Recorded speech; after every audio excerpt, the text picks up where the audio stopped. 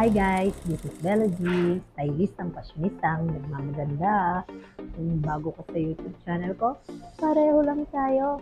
It's the time!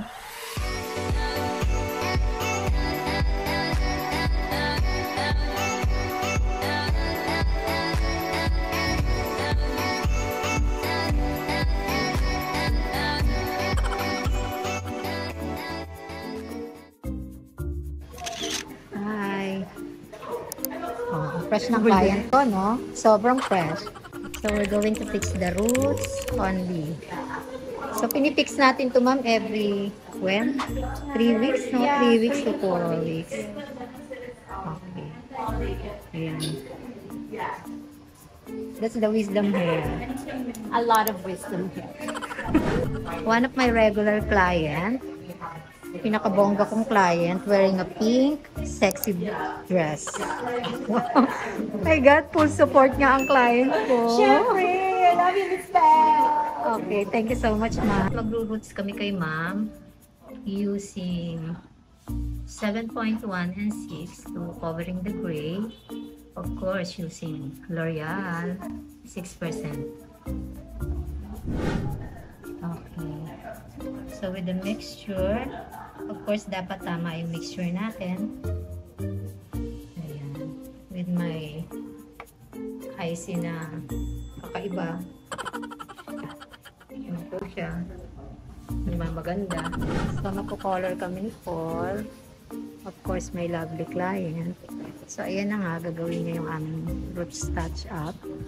So, makikita nyo, i-cover namin lahat ng wisdom hair ni ma'am.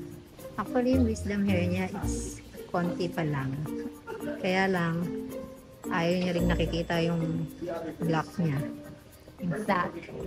That's why, we're always fixing the roots. And of course, my fogging assistant, kahit hindi pogi, peeling.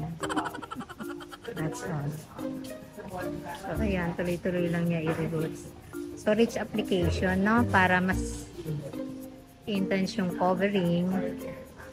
Kung hanggang saan lang yung roots, guys, ng tubo, dun lang. Para hindi mabawasan yung highlights natin at hindi maiba yung color ng highlights. So, fixing the roots lang talaga. Ayan, dyan na si Paul. Okay, mag-wash na kami ni Mama. So, ang ganda-ganda ng kamay nang nag-wash sa akin.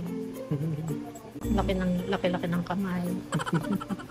So, i-rinse na. Nag-30 minutes na si Ma'am. Kaya magre-rinse na kami ni Paul. And then later, check natin yung kagandahan ni Ma'am pagkatapos ng blow dry.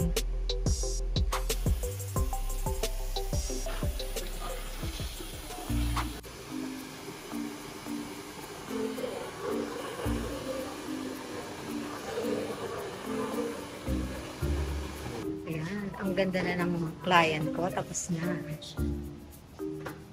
Bones. Oo. Ayan na siya. Tapos na nga siya. Ma'am, thank you Thank po. you, Miss Belle. Thank you po. Oo. Wala nang chismis.